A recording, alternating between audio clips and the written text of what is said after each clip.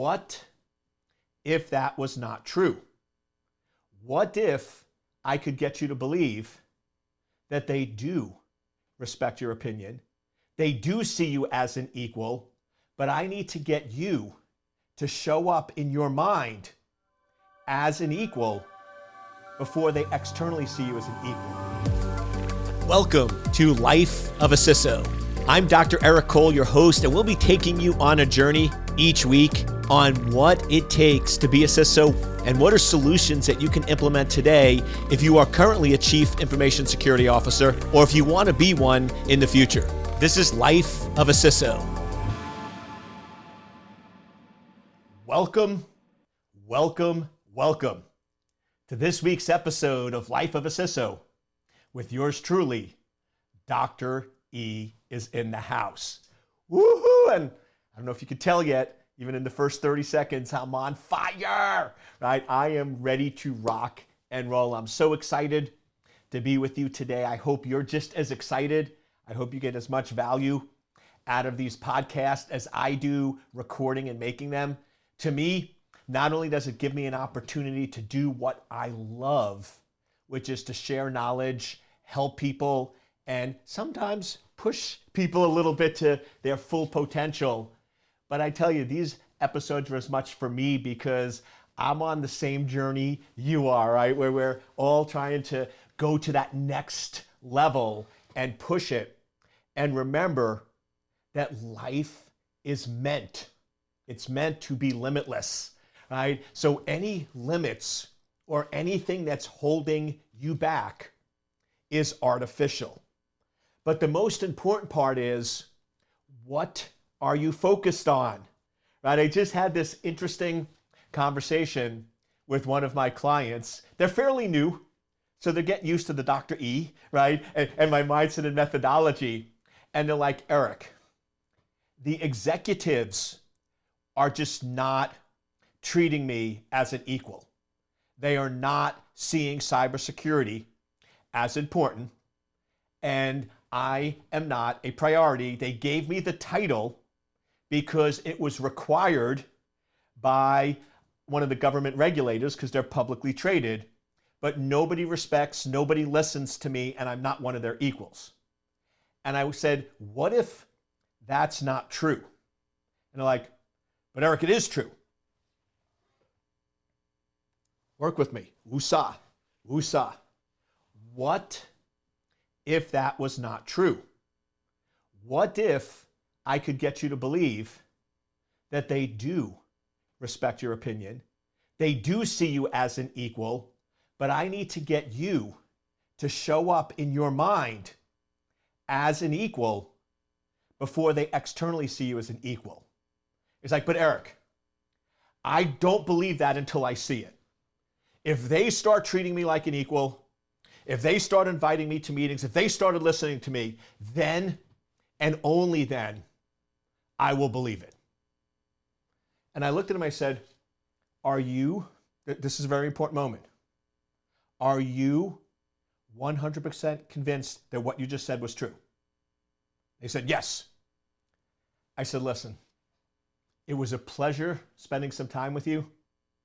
I'm not going to charge you. This was our second session. I said, these two sessions were complimentary, but I'm going to have my team refund your money. And by the way, this was a private client. This was a lot of money. I could have just kept it and played along, but I'm not here to take your money. I am here for one reason and one reason only, and that's to help you. Now, of course, people get compensated for their time, right? So if I can give you amazing results, right, then there's a compensation associated with it. But if you are completely convinced and you're not going to listen to me, I really don't want your money, right? So it was this awkward conversation and there was pause. He's like, but what do you mean? I said, I can only help you if you're willing to help yourself. So let me explain what happens. And you're going to get mad at me, but that's okay because I already am refunding your money. So at this point, this is just free advice, right? Because you are not paying me anymore. I said, but here's the reality. You've created the current situation. And this, by the way, is a mature conversation. It's not for everyone. And I get a lot of people that blast me because they want to go in and come up with a situation where something tragic happened. And they're like, Eric, how dare you say that I created that? I'm just talking right now about helping you and taking your career to that next level. This is about world class. World class people accept 100% responsibility for everything that happens. I actually didn't plan on going this deep, but I always sort of meditate and open and connect with you before I start, and this is where it's going, so this is where I'm taking you. And at this point, I'm sure some people are dropping off. I'm probably getting some virtual middle fingers, but some of you are probably nodding. Stay with me here. World-class people, the people that are wildly successful, the people that have a limitless life, accept 100% responsibility for everything that happens. So if we're under the premise, and I firmly believe, and if you don't believe this, that's okay, but like I said, we're probably not going to get along, but I firmly believe, and I've researched this and proven it, that our internal thoughts, values, beliefs, and identity create our external world.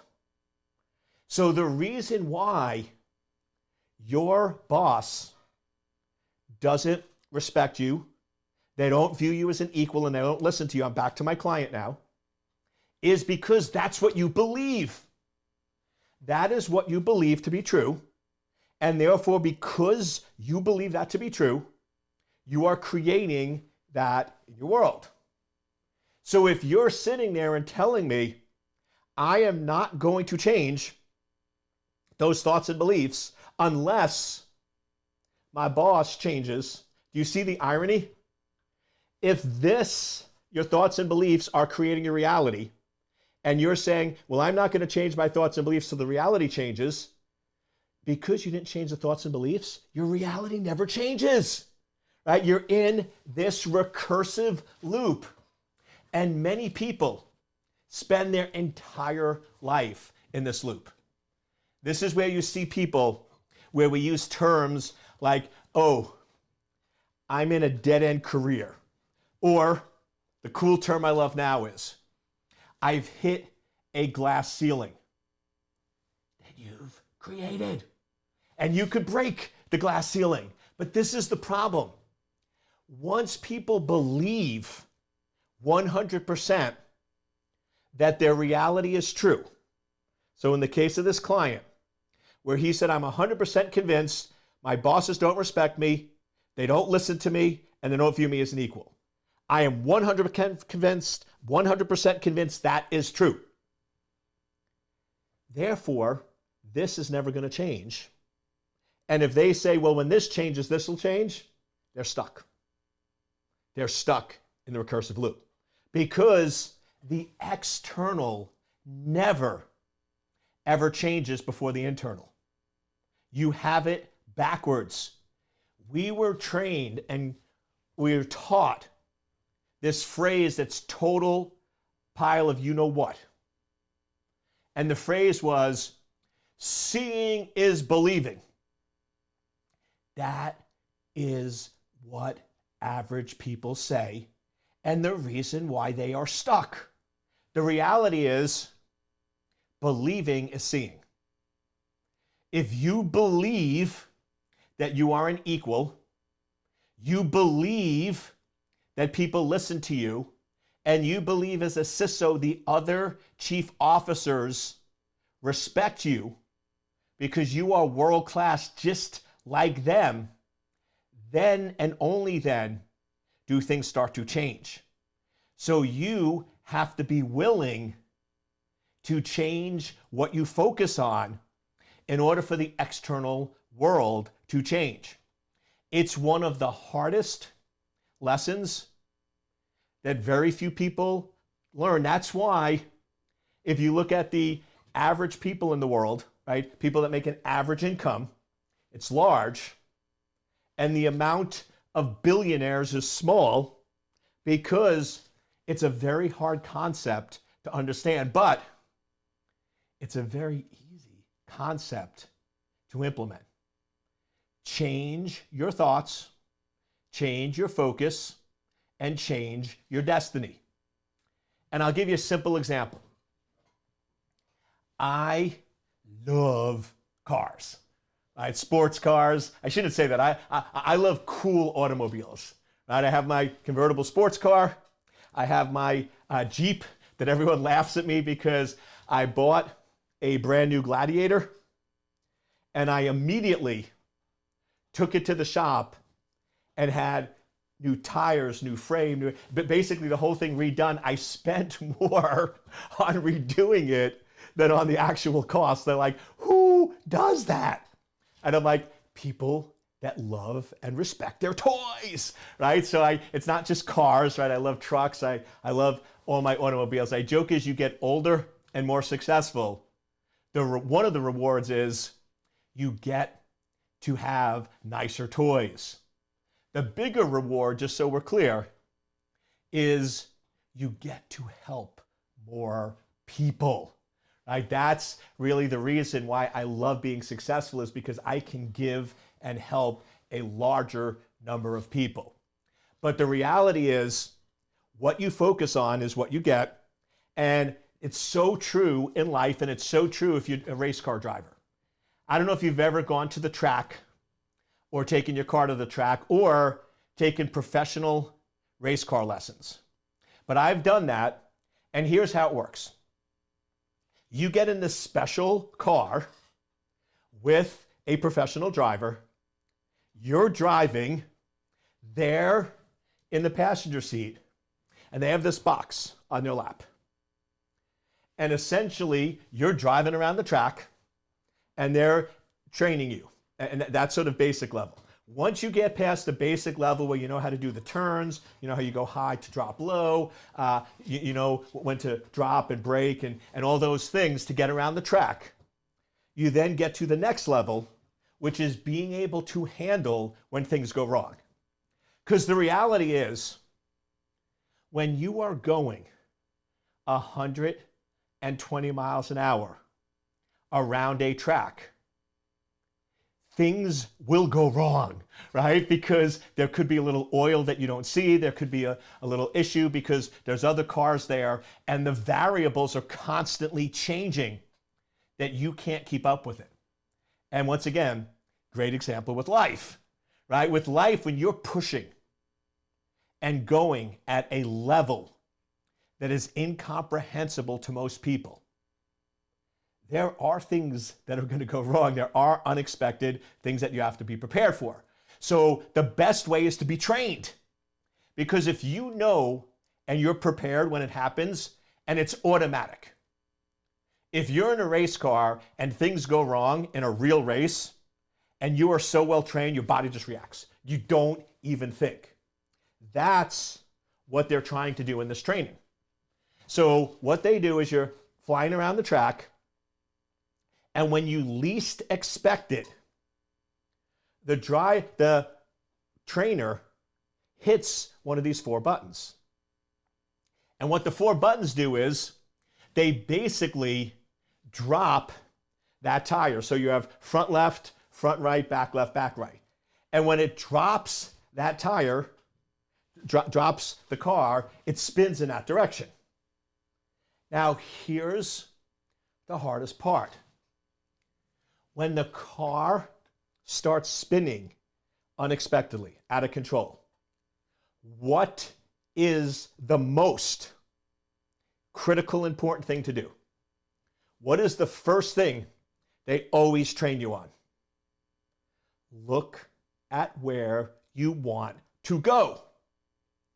Because if you're focused on where you want to go, you have a chance of actually recovering from the spin and getting back on track.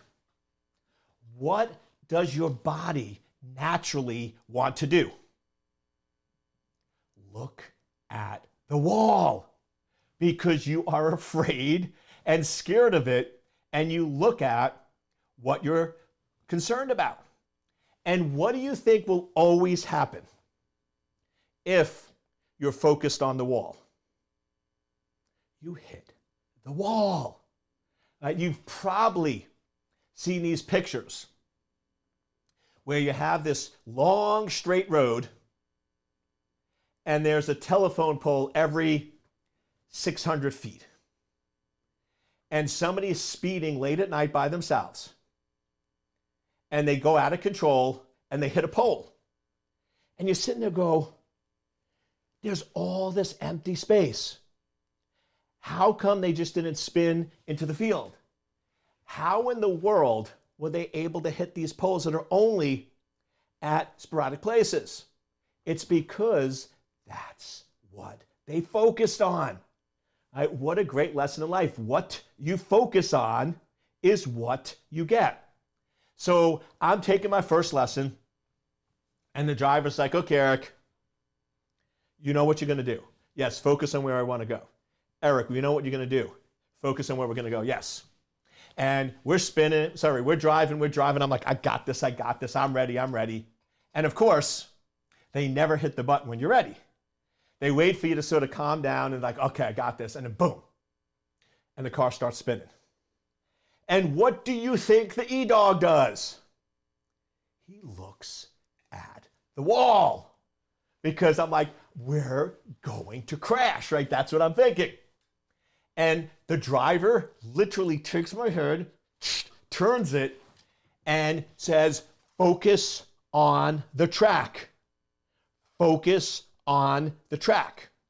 And you focus on the track, and sure enough, you get back on the track, and you keep going. Okay. He's like, so Eric, did you learn? Did you learn not to focus on where you don't want to go? Focus on where you want to go. Yes, got it. So we're driving, hits the button again. What do you think the E-Dog does?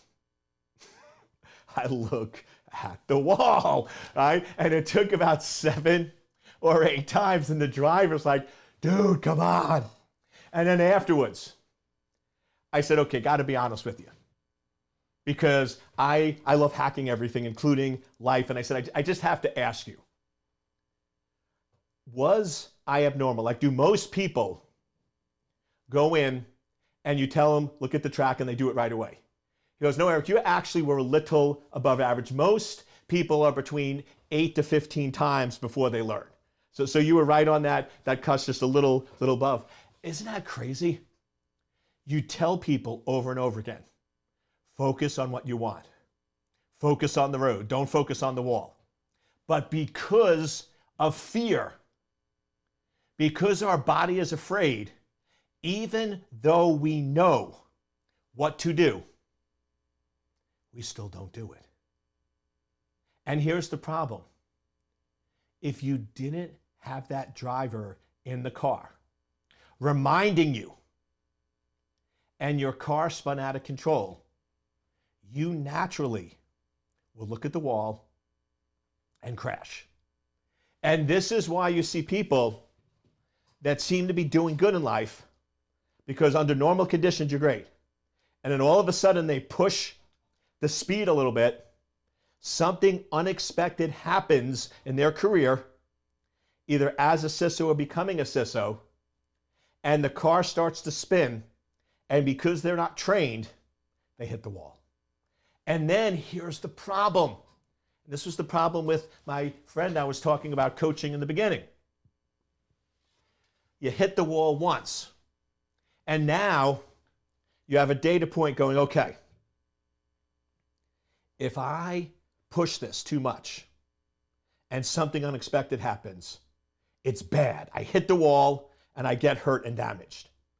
So maybe I don't want to push it that much. So now they go just a little slower. And then something unexpected happens, they spin, and they hit the wall again. And now they have another data point that reinforces it. And then this happens 5 or 6 times where their boss doesn't invite them to a meeting, or their boss doesn't listen to them, hitting the wall. And now all of a sudden, they build up an artificial truth that the CEO at the company doesn't respect the CISO.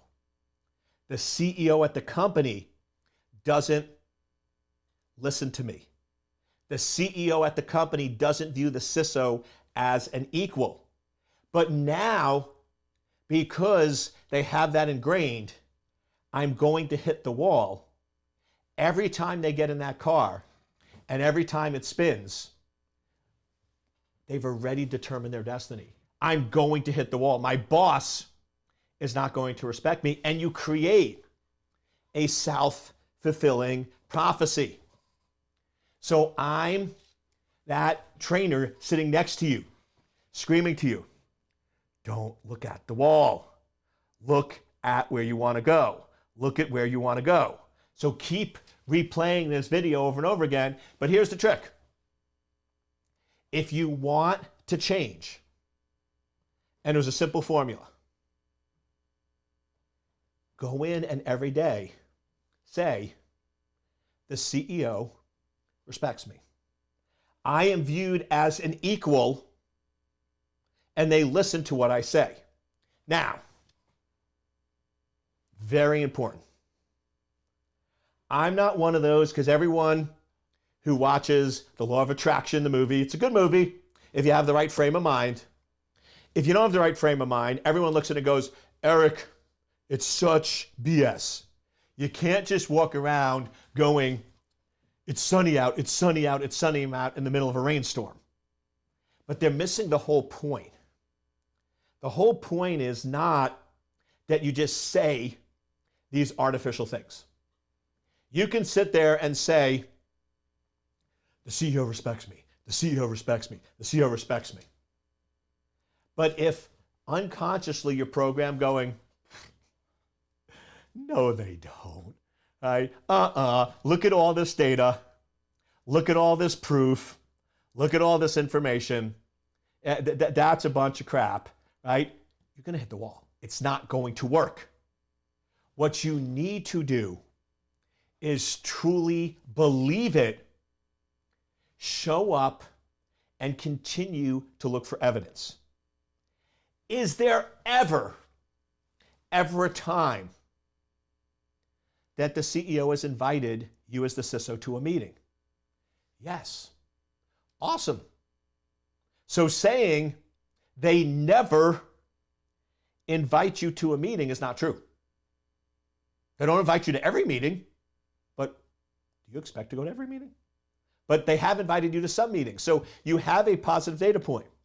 So now you need to go in and say, what was it about that situation that caused them to invite me to that meeting? And how can I repeat that? How can I repeat that over and over again? Then go in and say, has the CEO ever listened to my advice? Have they ever listened to my advice? If yes, then great. You can't say never. And figure out what it was about that advice and repeat it. Now I'm going to give you some bonus material here because I coach a lot of people and I know for that second one, there's some of you that are going to honestly think, even though it's not true, when I say, is there ever been a time where the CEO listened to you, you're going to go, no, never, no, never, no, great. I'm not going to give up on you. I love you and I care for you. So here we go, bonus material. Who do you need to be and how do you need to show up so they would listen to you? Who is someone they listen to? Do they listen to the COO, the CFO, Chief Legal Counsel? CEOs always listen to Chief Legal Counsel. Why? Because what is the sole point of Chief Legal Counsel? To keep them out of jail. So if you have somebody whose job is to make sure you don't get arrested, you're going to listen to them. So great. You now have your mentor. You now go to Chief Legal Counsel and say, listen, I know I have the title of CISO, but I don't feel that I'm fully operating in that role as a chief officer. And I respect what you've done because you are fully operating in that role. Would you be able to mentor, help me, or tutor me on how I could be more effective as a chief officer? I know I'm focused on information security, and I know that piece really, really well, but I believe in this company. I believe that there are threats that are out there, and I believe that I am not showing up and communicating as well as I should as a chief officer, and I would like some help. Can you help me?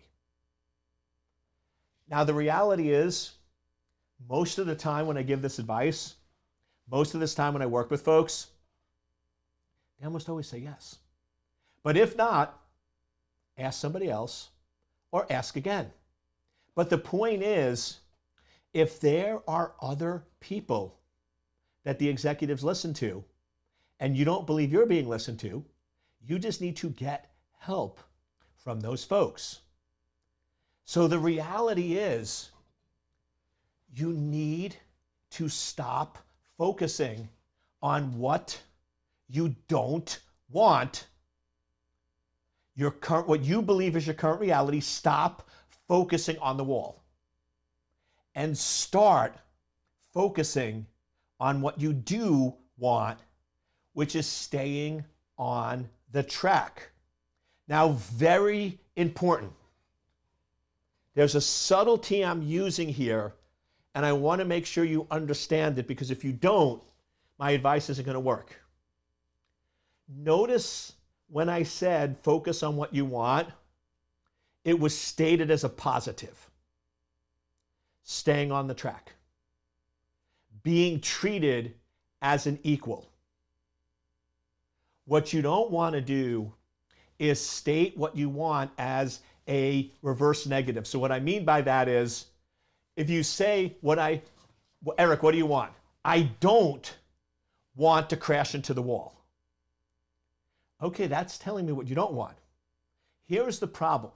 And this has been studied. I'm not going to give you a full psychological lesson here, but it's been studied. The mind doesn't hear the negations. So if you keep saying, I don't want to hit the wall, I don't want to hit the wall, what is your mind hearing? Hit the wall, hit the wall, hit the wall. This is why people that are struggling with money, most of them say, I don't want to be poor, I don't want to be poor. And that you're going to stay poor because your mind hears, I want to be poor. It doesn't hear the negation. Instead, you want to say, I want to have abundance. I want to be rich. I want to be listened to. I want to be respected. I want to stay on the track. So it's very important that you don't use negation. And it's very important that when you're saying what you want, it's not just the opposite of what you don't want. Saying what I want is not to hit the wall. No, that's telling me the negation of what you don't want, to hit the wall. You need to state what you want as a positive. I want to be listened to. I want to be treated as an equal. I want to be respected. And then find instances in when that was true and reinforce and repeat that so you have more data to confirm it. And if you really, truly cannot find any instances, then find somebody who the executive does respect, does listen to, and does treat as an equal, and start getting them to mentor you. Watch them, mimic them, learn from them. And if you start doing what they're doing, you'll start getting those same results. But it all has to start from a fundamental position of, are you willing to believe before you see? Because going back to how I started, if you're like that client of mine that says, Eric, I am 100% convinced this is true, and unless I see evidence to the contrary, I'm not going to change my mind, you're going to be stuck forever. And it makes me sad because you don't have to be my friend. You don't have to be stuck. But you need to step out from average. You need to step into world class, and you need to be 100% responsible for what happens, which means you are owning, as hard as it is, you are owning that your current thoughts are creating your current reality. And you need to start changing those current thoughts. So if you're a CISO or want to be a CISO, and you have any of those thoughts that you're not respected, you're not listened to, you're not viewed as an equal, which is very, very, very common with many CISOs, you need to recognize, accept it, and not just make the phrase, I'm respected, but start to show up as a different person and start behaving like a person that people respect, people listen to, and people view as an equal. I hope you enjoyed this episode of Life of a CISO, and I look forward to seeing you next week.